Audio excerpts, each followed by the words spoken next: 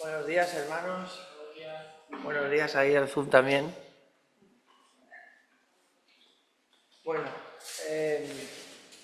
Buenos días.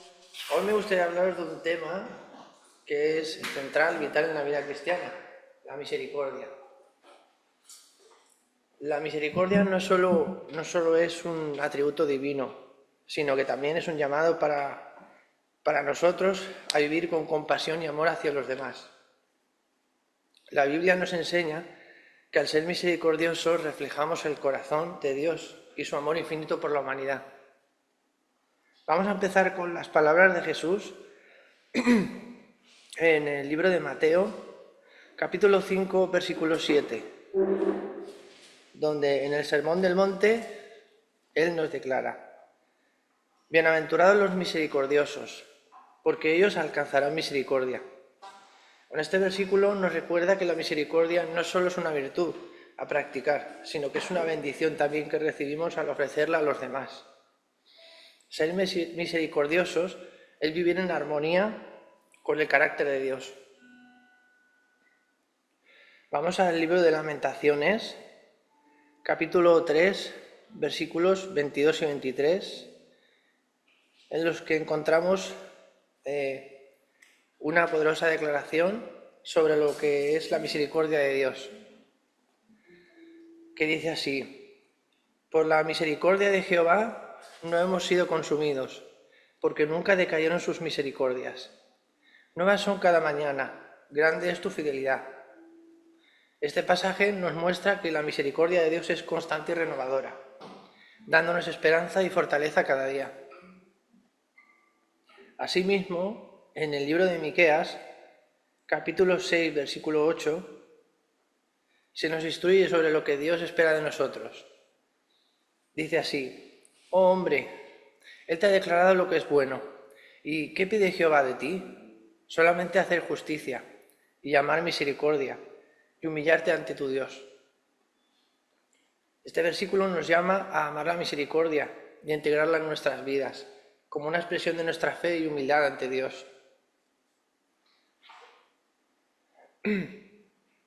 Un buen ejemplo sobre la misericordia es la parábola del buen samaritano, que la podemos encontrar en Lucas, capítulos 10, versículo del 25 al 37. Vamos a recordarla. Dice así: y he aquí un intérprete de la ley se levantó y dijo, para probarle: Maestro, ¿haciendo qué cosa heredaré la vida eterna? Él le dijo: ¿qué está escrito en la ley? ¿Cómo lees? Aquel, respondiendo, dijo: amarás al Señor tu Dios con todo tu corazón, y con toda tu alma, y con todas tus fuerzas, y con toda tu mente, y a tu prójimo como a ti mismo. Y le dijo: bien has respondido, haz esto y vivirás. Pero él, queriendo justificarse a sí mismo, dijo a Jesús: ¿y quién es mi prójimo? Respondiendo Jesús dijo: un hombre descendía de Jerusalén a Jericó y cayó en manos de ladrones, los cuales le despojaron e hiriéndole se fueron, dejándole medio muerto. Aconteció que descendió un sacerdote por aquel camino y viéndole pasó de largo. Asimismo, un levita, llegando cerca de aquel lugar y viéndole, pasó de largo. Pero un samaritano que iba de camino vino cerca de él y viéndole fue movido a misericordia. Y acercándose vendó sus heridas, echándoles aceite y vino, y poniéndole en su cabalgadura, lo llevó al mesón y cuidó de él. Otro día, al partir, sacó 2 denarios y los dio al mesonero, y le dijo: cuídamele, y todo lo que gastes de más yo te lo pagaré cuando regrese. ¿Quién pues de estos 3 te parece que fue el prójimo del que cayó en manos de los ladrones? Él dijo: el que usó de misericordia con él. Entonces Jesús le dijo: ve y haz tú lo mismo. Jesús nos enseña que ser un buen prójimo significa mostrar misericordia a aquellos que están en necesidad, sin importar su origen o condición. Y al actuar con misericordia demostramos el amor de Dios y cumplimos su voluntad de lo que nos manda, ¿no? Lo que nos manda que nos manda a amar a nuestro prójimo como a nosotros mismos.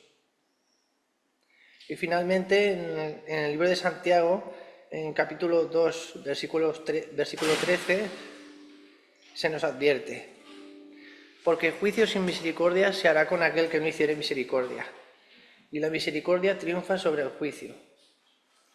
Este versículo, Dios nos está recordando la importancia de ser misericordiosos en nuestro día a día y en nuestro trato con los demás, sabiendo que la misericordia prevalece sobre el juicio y refleja el corazón compasivo de Dios. Así que, hermanos, vivamos cada día con un corazón lleno de misericordia. Busquemos oportunidades para mostrar compasión y amor a quienes nos rodean, reflejando así el amor incondicional de nuestro Padre, que tiene a cada uno de nosotros. Vamos a orar para que Dios nos dé misericordia, nos ayude a ser misericordiosos con los demás. Señor, te pedimos, Señor, en esta mañana, gracias primero por estar aquí con nosotros un día más. Gracias, Señor. Te pido, Señor, que tú nos ayudes a ser misericordiosos con los demás, Señor, que tú nos toques el corazón, Señor, y nos lo llenes de misericordia, Señor, hacia los demás, y que podamos mostrar un reflejo fiel a lo que eres tú, Señor, que podamos mostrar tu amor, Señor, y cumplir con tu mandato, con lo que tú tienes para nosotros, Señor, con lo que tú quieres que hagamos, Señor, como hijos tuyos. En tu nombre, Señor, en nombre de Jesucristo. Amén. Muy bien, hermanos. Hoy vamos a continuar con el libro de los Hechos y vamos a ver el libro de los Hechos en el capítulo 4. Vamos por el capítulo 4, ¿se acuerdan? ¿Sí? Vale. Nos encontramos ya en el capítulo número 4 del libro de los Hechos. En el capítulo 1 vimos ese nexo que había entre la última parte del libro de Lucas, del Evangelio según San Lucas, ¿no? Y el siguiente tratado que Lucas le escribe al excelentísimo Teófilo, que es el libro que nos ocupa hoy en día, que es el libro de los Hechos, ¿no? Entonces tenemos en el capítulo 1 de los Hechos ese nexo o esa continuación entre el final de Lucas, del Evangelio de Lucas, y el inicio del libro de los Hechos, ¿no? Entonces, en el capítulo 1 vimos los episodios que ocurrieron posteriores a la resurrección de Jesús, cómo Jesús se aparece a algunos, vemos cuando Jesús los reúne allí en el monte y vemos la ascensión de Cristo, y por último, en el capítulo 1 tenemos la elección del apóstol que se suponía que iba a sustituir a Judas, a Matías, ¿no? Que iba a sustituir a Iscariote porque se había suicidado. En el capítulo 2, que por su extensión lo partimos en varias partes, en 3 si no recuerdo mal, hablamos de la venida del Espíritu Santo y la formación o el nacimiento oficial de la iglesia el día de Pentecostés, de la iglesia de Cristo, ¿no? Y posterior al día del Pentecostés, el apóstol Pedro se levanta y aprovecha ese aposento alto para dar su primer sermón en el aposento alto.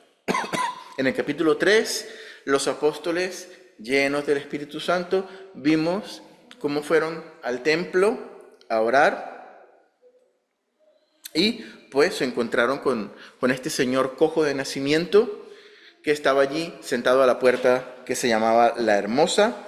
Oraron por él, el Señor le sana, se trastorna, ¿no? Se genera pues allí un trastorno de la rutina típica de las actividades del templo para llegar al lugar que nosotros conocemos o vimos llamado el pórtico de Salomón, que ya comentamos la semana pasada, ¿no? Que era pues este pórtico que estaba en las paredes, en la muralla, para acceder al templo desde la ciudad. Algo que no comentamos la semana pasada, porque se me olvidó decirlo, es por qué se llamaba pórtico de Salomón. Se llamaba pórtico de Salomón porque supuestamente está construido con base a, en el suelo estaban los fundamentos o parte de los fundamentos, vestigios arquitectónicos de el templo de Salomón. Entonces, pues en esa parte pues le llamaron el pórtico de Salomón. Y en este lugar Pedro aprovecha el lugar, aprovecha la multitud y aprovecha que se sanó un cojo que todavía estaba saltando y dando saltos de alegría, ¿no? Porque había sido sanado, y cantando y alabando a Dios, para dirigir al pueblo pues un segundo sermón, el sermón de Pedro allí en el pórtico de Salomón. Y más o menos en este punto nos hemos quedado. Recordemos que en el judaísmo había dos grandes sectas, ¿no? Cuando yo hablo de secta, no me refiero a secta, a lo que nosotros normalmente conocemos como secta, que es ese grupo sectario loco, así tipo, no sé qué sé yo, cienciología o esas cosas raras que hay hoy en día, ¿no? Sino secta de sección, de parte, ¿no?, del judaísmo, que tenían pues diferentes enseñanzas, tenían diferentes corrientes doctrinales y obviamente diferentes seguidores y diferentes personas que conformaban estas dos sectas. Las dos sectas principales del judaísmo eran los fariseos y los saduceos. Los vemos mucho en las escrituras, sobre todo en los evangelios. Los fariseos, esta secta era mucho más numerosa, mucho más popular, mucho más influyente, era muy celosa por la observancia de la ley, era muchísimo más numerosa, no sé si ya lo he dicho, ¿no? Eran muy influyentes desde el punto de vista cultural y religioso dentro de la gente, ¿no? Y eran respetados, y la mayoría de los escribas y muchos de los religiosos y rabinos pues eran precisamente fariseos. El apóstol Pablo era de la secta de los fariseos, por ejemplo, ¿no? Y por otro lado tenemos a los saduceos. Los saduceos eran un grupito pequeño, eran un grupito elitesco, eran un grupito aristocrático, si se quiere ver así, porque ellos eran de las familias pudientes y de las familias socialmente con más dinero y más respetadas del pueblo de Israel. Entonces, esta gente era un grupito pequeño y se dedicaba casi exclusivamente a todas las labores del templo, ¿no? De los sumos sacerdotes, pues eran saduceos, ¿no?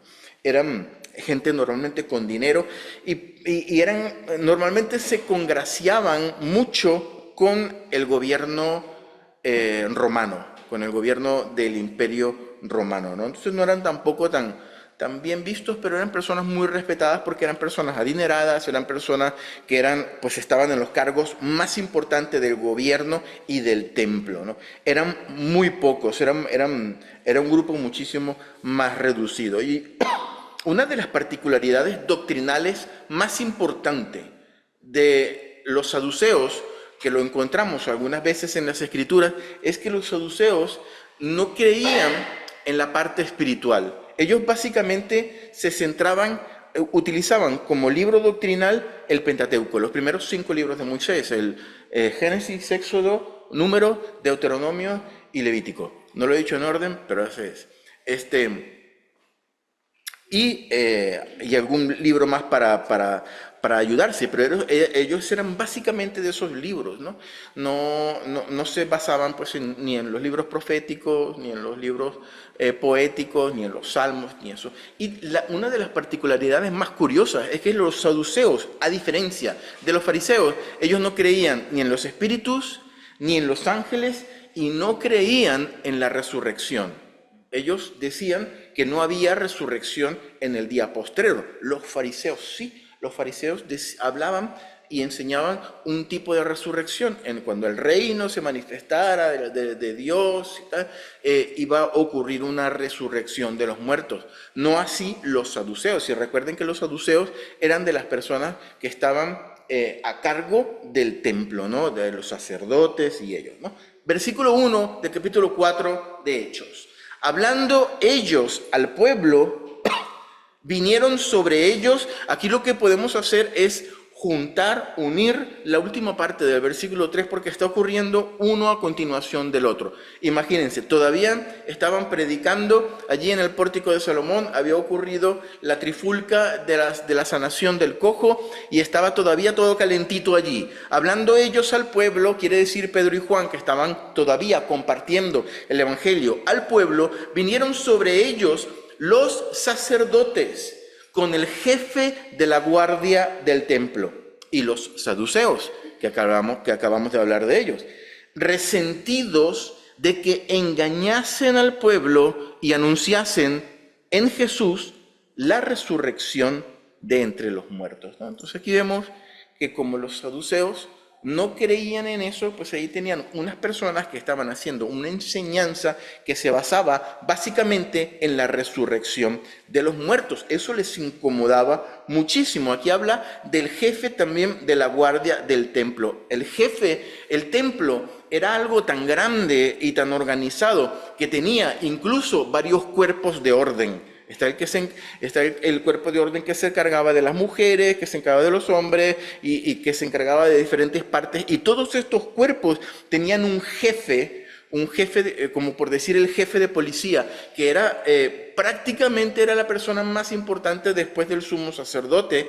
Y esta persona era pues el que le tendrían que rendir cuenta cuando había alguna situación de orden de desorden o algo por el estilo, ¿no? Y dice la palabra que el jefe de la guardia del templo llegó allí, ¿no? Era una persona muy, muy respetada y muy temida, pues, porque era la autoridad, el policía, allí tendría pues una especie también de uniforme y tal, ¿no? Y se nombra también a los sacerdotes y a los saduceos, ¿no? Aparentemente, como comentábamos antes, y según el relato, aquí estamos todavía en el pórtico de Salomón, algunos momentos después de lo que ocurrió de la sanidad del cojo, ¿no? De Pedro y Juan todavía compartiendo el evangelio. Y las autoridades del templo interpretan todo ese sentido, porque acuérdense que después de la oración habían venido corriendo y todos estaban espantados y todos estaban maravillados por el milagro que había ocurrido y llegaron a donde estaban Pedro y Juan, allí en el pórtico de Salomón, se juntaron todos, ellos empezaron a hablar y tal, entonces ellos asumieron eso como un alboroto y ahí llegaron pues los saduceos y llegaron pues las autoridades y llegó el jefe también de la policía, seguramente con su séquito también de policías allí o de las autoridades que estaban con él, ¿no? Y pues el peso de la ley cae sobre el epicentro del alboroto, que era precisamente los apóstoles Pedro y Juan, que eran los que estaban predicando en ese momento y los que habían estado con el cojo, ¿no? Y algo importante que no debemos pasar por alto, hermanos, es que en la predicación de Pedro y Juan y en general de los apóstoles, se enfatizan varias cosas hasta este momento que siempre se repiten. Una de las cosas es el arrepentimiento de los pecados, pero una de las cosas que se repite muchísimo es que se enfatiza en la predicación de Pedro hasta ese momento es a Jesús como Salvador resucitado de los muertos. Eso es importantísimo. Siempre lo nombra. Pedro habla del Jesús resucitado en el día de Pentecostés. Habló del Jesús resucitado cuando estaba predicando allí en el pórtico de Salomón. Y pues es algo que se estaba repitiendo. Si nos recordamos en el capítulo anterior, en el capítulo 3, versículo 15, Pedro decía, y matasteis vosotros, matasteis al autor de la vida, a quien Dios ha resucitado de los muertos, de lo cual nosotros somos testigos, ¿no? Entonces, esa resurrección, ese elemento de la resurrección se repite pues en cada momento. En el día del Pentecostés también hay referencias a la resurrección de Cristo, ¿no? Y es que estas referencias, hermanos, acerca de la resurrección de Jesús son obligatorias cuando se habla de la predicación del Evangelio, porque ya lo dijo el apóstol Pablo, sin la resurrección, vana es nuestra predicación y vana es nuestra fe. No tiene ningún sentido nuestra predicación, no tiene ningún sentido nuestra fe, no tiene ningún sentido que estemos aquí si no es por la resurrección de Jesús, de predicar a un Cristo resucitado, un Cristo que ha vencido la muerte y el infierno. Y en la figura de Jesús, precisamente lo que estaban predicando los apóstoles es que en la figura de Jesús estaba la futura esperanza de la resurrección de la gente, de la resurrección de quienes creyesen en Jesús. Y este era precisamente el mensaje que se les atragantaba a los saduceos, porque ellos negaban la resurrección. Y a las autoridades del templo les molestaba mucho que se estuviese predicando este mensaje, porque iba en contra de la doctrina que ellos predicaban, ¿no? Y aprovecharon este tumulto, este gentío, la aglomeración de personas como excusa para decir, pues aquí hay un desorden, nos vamos a llevar a estos que son los que están predicando esto que va en contra de lo que nosotros creemos, y aprovechamos y nos los llevamos a la cárcel, ¿no? Versículo 3. De Hechos capítulo 4, y les echaron mano y los pusieron en la cárcel hasta el día siguiente, porque ya era tarde. Versículo 4, pero muchos de los que habían oído la palabra creyeron, y el número de los varones era como de 5,000. 5,000 personas. Dada las palabras que se utilizan en la narración, da la impresión de que el arresto fue con cierta violencia. Supongo que los agarraron allí de los pelos y los tiraron al suelo, los amarraron y nos vamos y tal, y toda la gente pues ahí desconcertada y tal, y se los llevaron a la cárcel, ¿no? Y es muy probable que haya sido con cierta violencia, ¿no? Y dice la palabra que los metieron a la cárcel. Lo normal es que hubiesen hecho pues allí un interrogatorio y le hubiesen leído los cargos, pero como ya era tarde, recuérdense que más o menos si nos ubicamos en el tiempo, ellos habían ido a la hora de la oración, que era las 3 de la tarde, a la hora de la oración, que era las 3 de la tarde. Después que terminaba la última hora de la oración, normalmente cerraban el templo. Entonces ya era tarde, porque pues ya habían hecho lo del milagro, habían orado, habían ido al pórtico de Salomón, habían pues pasó el grupo de alabanza, ¿no? Los testimonios, recogieron la ofrenda, después vino la predicación, y dice, los eruditos dicen que ya eran casi las 5 de la tarde, ya era tarde para hacer un juicio y para interrogar. Entonces pues lo metieron en la cárcel, ¿no? Como decía un policía americano, pues yo disparo y después pregunto. Entonces lo metieron primero en la cárcel, ya mañana pues se vería, ¿no? Y algo que es difícil para nosotros, hermanos, preste atención con esto, porque algo que es difícil ver por nuestra cultura es algo que voy a comentar a continuación. Lo normal, mira, un maestro, un rabí, en la cultura judía era una persona muy, muy, muy respetada.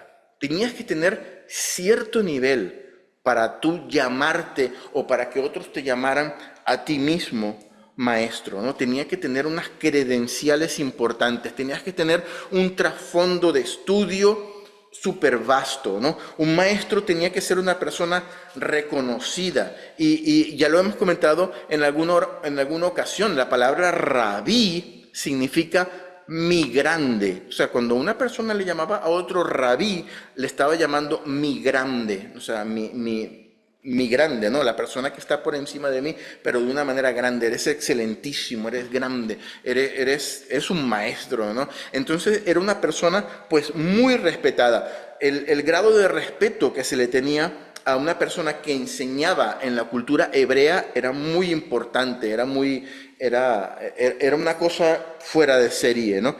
Entonces, el Evangelio y el Espíritu Santo viene a poner eso precisamente, esta idea la viene a poner de cabeza. Pues aquí tenemos a dos personas sin educación, porque Pedro y Juan eran pescadores, ¿no? Como pescadores, lo más seguro es que ellos hayan tenido una educación justita, ¿no? Los pescadores pues se inician a pescar con sus padres desde pequeñito y ahí se van y es un oficio que aprenden desde pequeñito y pues no tienen mucho tiempo para estudiar más que lo justito. Y de hecho más adelante la misma Biblia nos los dice, que se daban cuenta los del consejo, lo veremos más adelante, que los que estaban hablando cuando les interrogaron eran personas sin estudios, sin educación y del vulgo, ¿no? Y hay cosas que eso hace que se note, ¿no? En la parte externa, en la parte como se habla, en las palabras que se dicen, ¿no? Y aquí había dos personas sin educación que estaban enseñando a la gente una doctrina, y una doctrina precisamente que chocaba con las enseñanzas de los saduceos porque estaban hablando acerca de la resurrección. Y el problema más grave de lo que estaban hablando de ellos es que el mensaje, en este caso, no era cualquier mensaje. Y el efecto que estaba causando en la gente no era cualquier efecto. El mensaje que ellos estaban predicando era un mensaje poderoso que nunca habían escuchado hasta ese momento, peligrosamente poderoso, ¿no? Yo creo que no habían pasado más de 2 o 3 días desde el episodio del Pentecostés. Probablemente 2 o 3 días, ¿no? Y hasta la sanación del cojo, quiero decir. ¿Se recuerdan que el día de Pentecostés Pedro predicó y se convirtieron 3,000 personas? En esta ocasión se convirtieron 5,000 personas. Tenemos un total en 2 o 3 días de 7,000 personas. Es ampliamente aceptado por los estudiosos de la Biblia que cuando la Biblia habla de personas, de miles de personas, están hablando normalmente de cabezas de familia, ¿vale?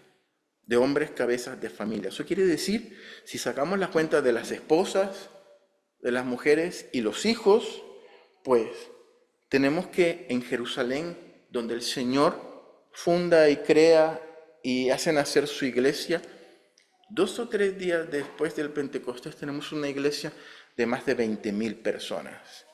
20,000 personas, una iglesia de 20,000 miembros, ¿no? Y lo que no entendían las autoridades que estaban apresando a Pedro y a Juan, que estaban predicando a Jesús, es que podían encerrarlos, ellos podían dejarlos allí encerrados. Ellos podían hacer como dijeron después, que ya veremos más adelante, que las autoridades les dicen, no prediquen más de este Señor Jesús, no prediquen más de este Jesús, por favor. Ellos los podían mandar a callar, ellos los podían mandar a matar, ellos podían buscar a los apóstoles y hacerlos desaparecer, que pareciese un accidente, ¿no? Y ya se acababa el foco.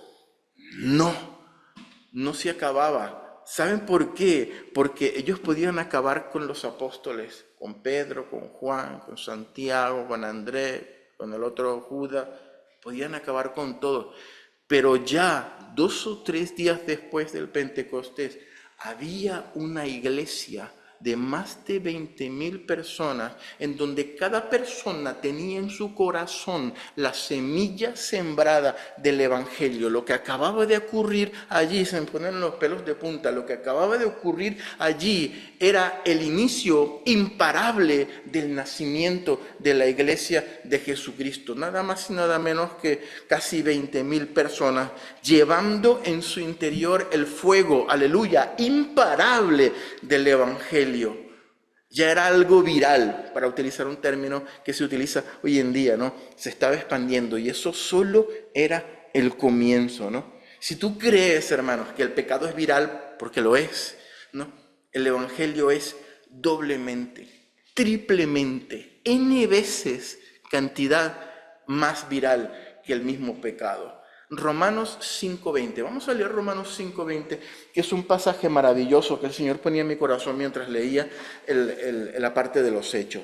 Romanos capítulo 5, versículo 20. El apóstol Pablo está hablando de la ley y está hablando de la gracia. Y cuando habla de la ley, dice, pero la ley de Moisés, se introdujo para que el pecado abundase. Si se acuerdan cuando estábamos leyendo el libro de Romanos, lo que hacía la ley era decir, esto es pecado, esto es pecado, esto es pecado, esto es pecado, esto es pecado. Y nosotros nos reflejábamos en eso escrito de la ley y dice, mira lo que hago, también lo que hago, también lo que hago. Entonces, ¿qué hacía la ley? Hacer que el pecado abundase, porque nos mostraba lo que era pecado y nos mostraba que nosotros hacíamos eso que la ley decía que era pecado.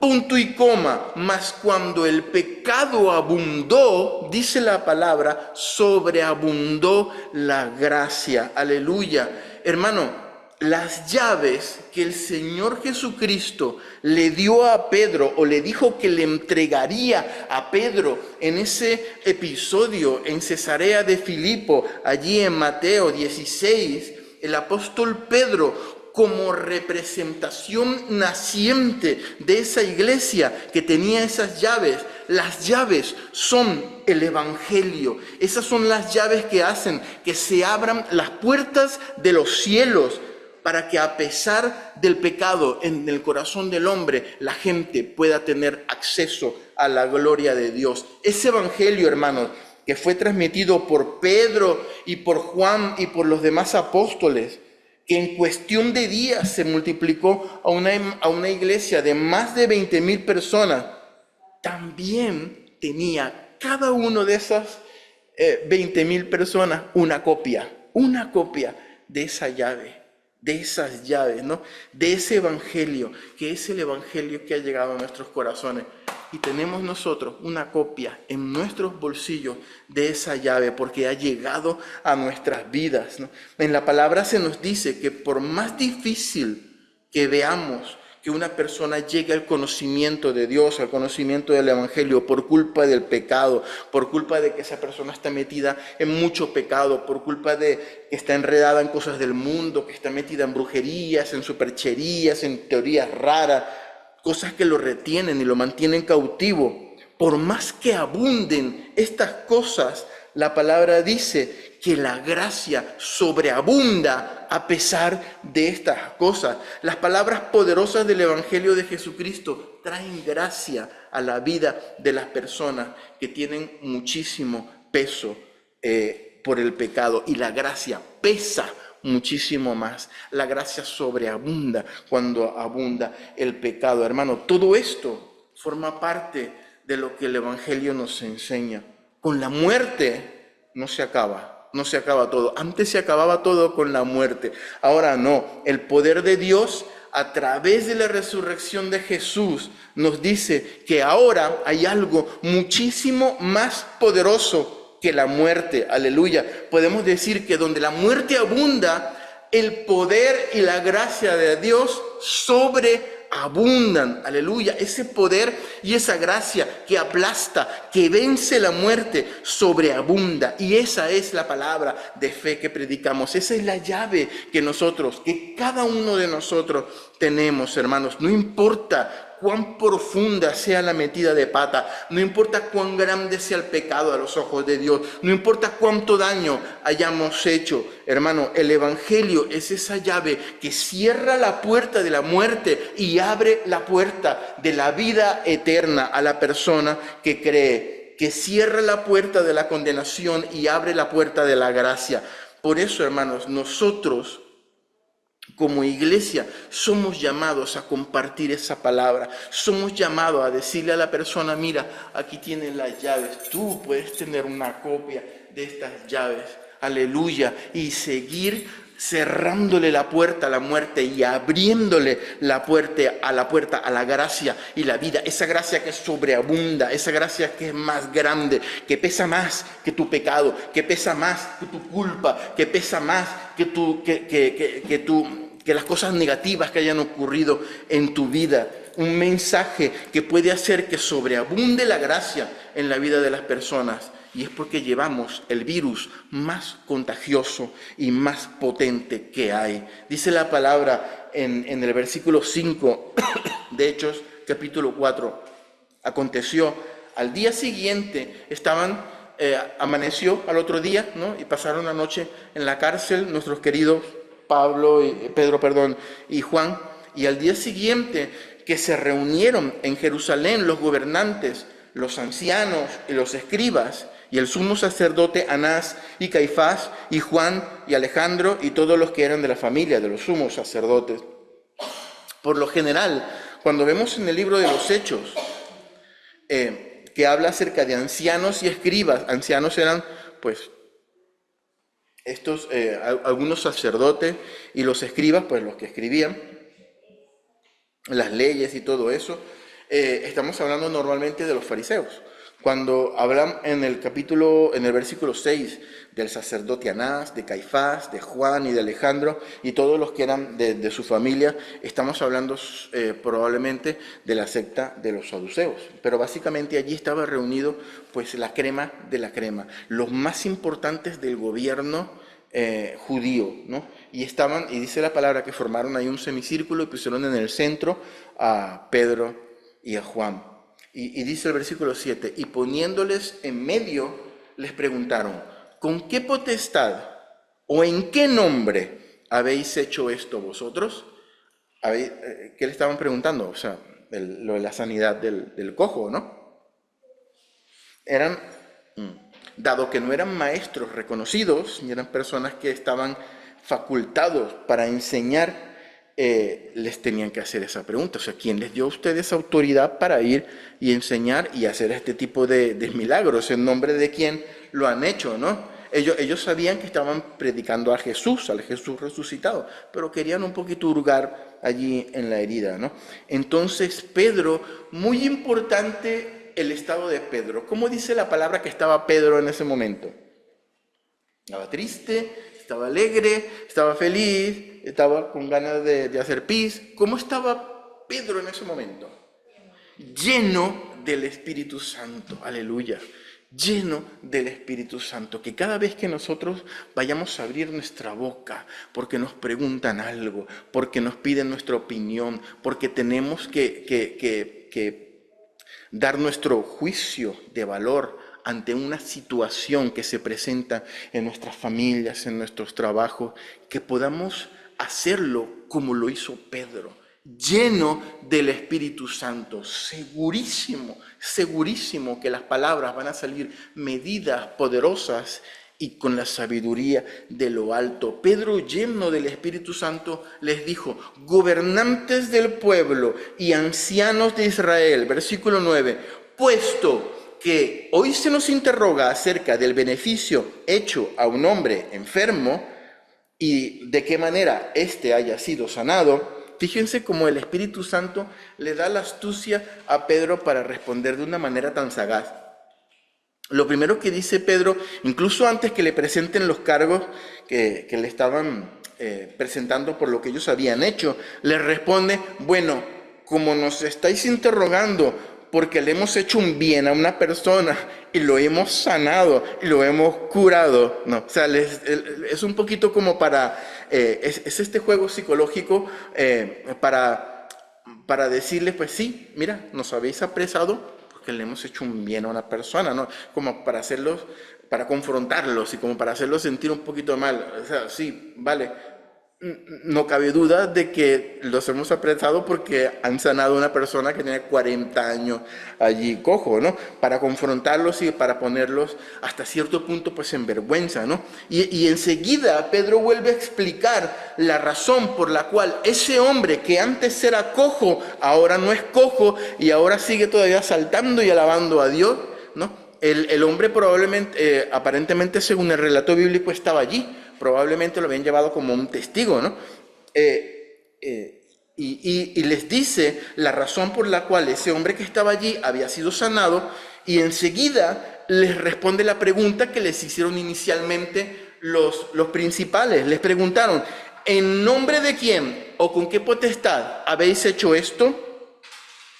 La respuesta fue, en nombre de Jesucristo de Nazaret. Y en el versículo 10, Pedro resume nuevamente de una manera magistral, a mí me parece una manera maravillosa, el Evangelio de Jesucristo en un solo versículo. Versículo 10, sea notorio es, presten atención a mis palabras, todos los que están aquí, todo el pueblo de Israel, que en el nombre de Jesucristo de Nazaret, a quien, por cierto, a quien vosotros, y lo señala a cada uno de ellos, a quien vosotros crucificasteis y a quien Dios resucitó de los muertos, por él, este hombre que está en vuestra presencia, sano, está en vuestra presencia, sano. Aquí les está respondiendo la pregunta, sea notorio a todos vosotros. Fíjense bien, presten atención que este hombre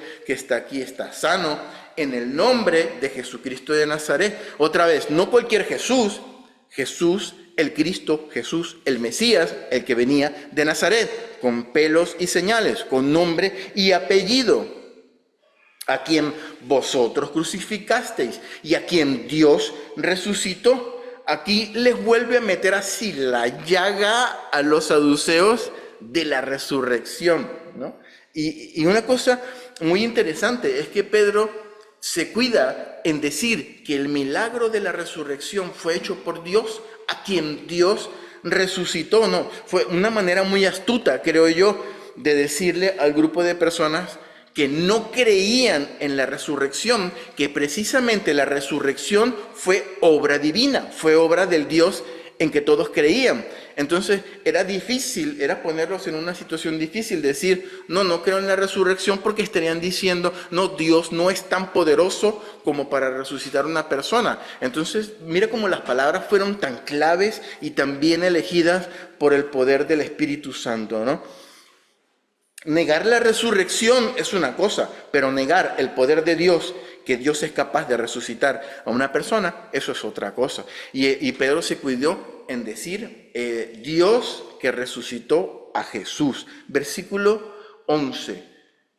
Este Jesús es la piedra reprobada por vosotros los edificadores, la cual ha venido a ser cabeza del ángulo. Como Pedro nos tiene acostumbrados, si vemos el sermón de Pentecostés y el sermón que hizo en el pórtico de Salomón, a Pedro le gustan mucho los salmos, suele nombrar mucho los salmos. Pues en este momento Pedro hace mención del Salmo 118, que dice precisamente eso. La piedra reprobada o desechada por los edificadores ha venido a ser piedra angular o cabeza del ángulo. Jesucristo también en los evangelios utiliza para sí mismo ese Salmo 118. Pedro les está diciendo a los hombres de Israel, sois vosotros los que impartís las enseñanzas de las Escrituras, los que gestionáis el templo, los que guiáis al pueblo de Israel. Sois vosotros los que estáis construyendo la nación de Israel y estáis cogiendo las piedras que vosotros pensáis que son las correctas para construir la nación de Israel. Ahora cojo esta piedra porque calza bien aquí y tal. Ellos son los responsables de hacer crecer espiritualmente al pueblo de Israel. Y les dice, habéis cogido una piedra y la habéis desechado, habéis dicho, esta piedra no me cuadra para ponerla aquí en la pared, la voy a tirar allí, en un rincón. Y Pedro les dice, esa piedra que habéis tirado en un rincón y que habéis desechado, ha venido a ser la piedra angular o la cabeza del ángulo.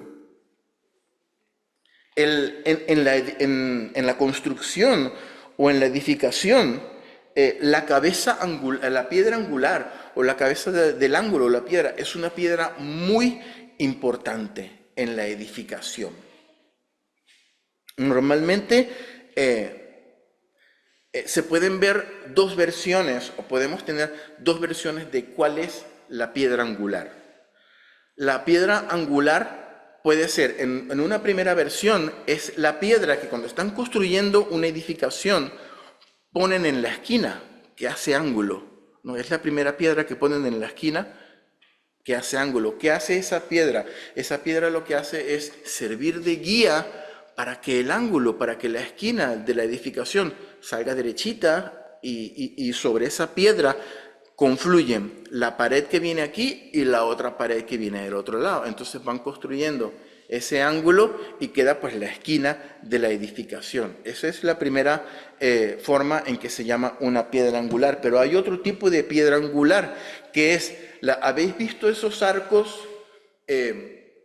En Puzola hay uno, cuando pasamos por la vía principal, hay como un arco así que tiene unas piedritas, así una entradita donde pasan los coches y todo eso. Bueno, hay una piedra que es clave cuando se construye esos arcos, ¿no? Porque ponen piedras así que salen por debajo, pero las piedras pues se van angulando. Y hay una piedra en particular que es la que sostiene esta parte y la que sostiene esta parte, que es la piedra central. La piedra central se llama piedra angular. Esta piedra sostiene esta parte del arco y la otra parte del arco. Ambas versiones se llaman piedras angulares. No sabemos exactamente a cuál exactamente se estaba refiriendo el salmista o el apóstol Pedro. Lo cierto es que podemos digamos, concluir que era una piedra importantísima dentro de la edificación. Pero lo que es curioso, y algunos comentaristas bíblicos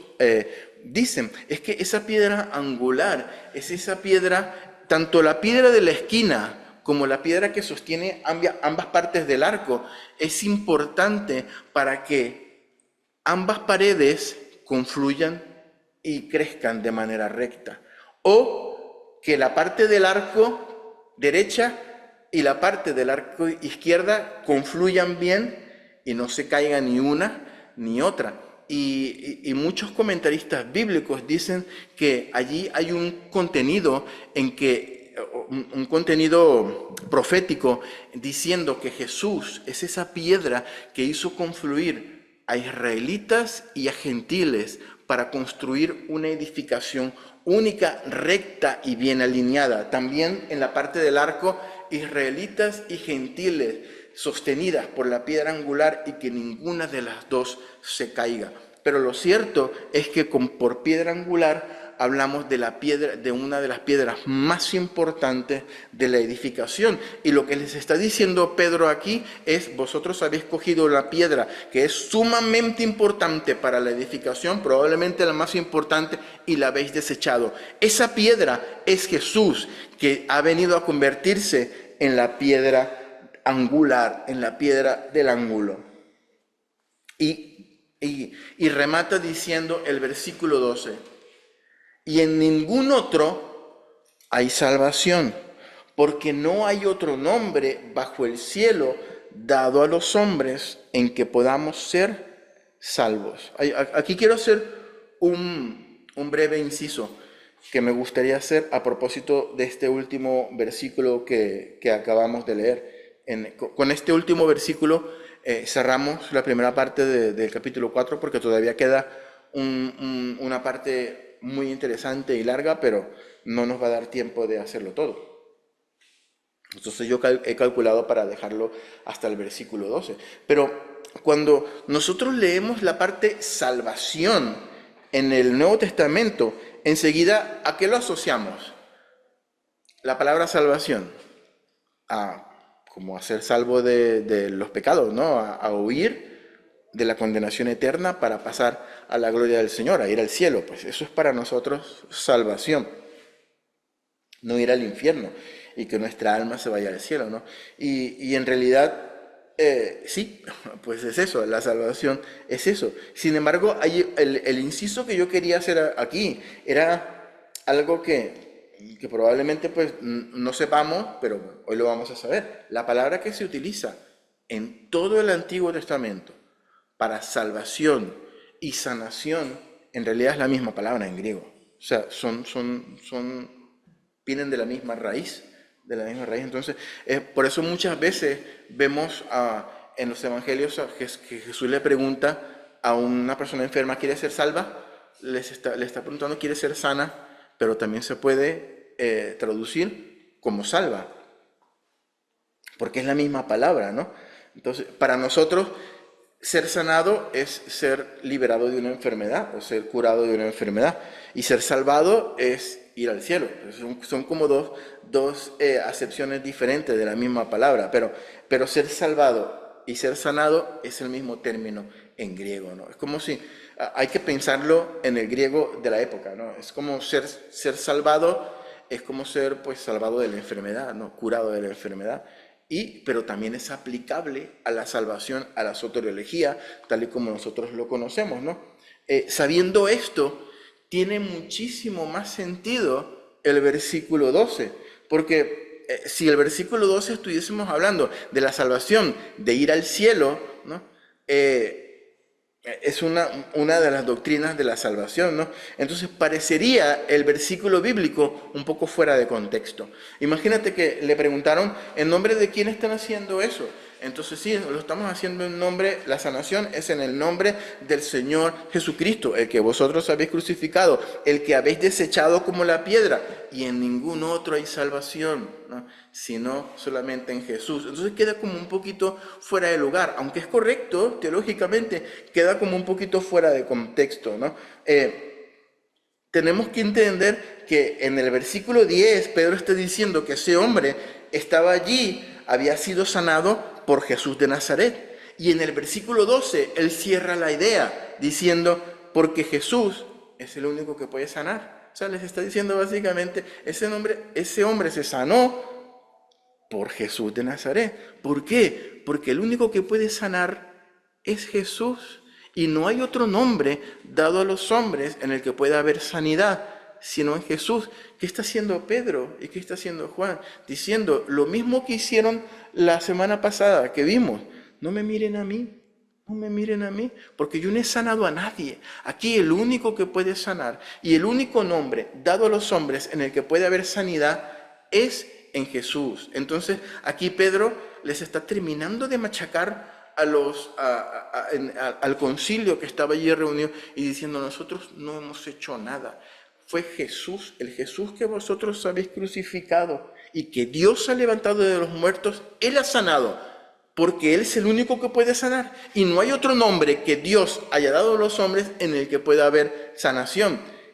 Vuelvo y repito, obviamente la palabra salvación también encaja allí perfectamente, pero la acepción más correcta es la sanidad que le estaba dando para darle más, digamos, significado al versículo 12.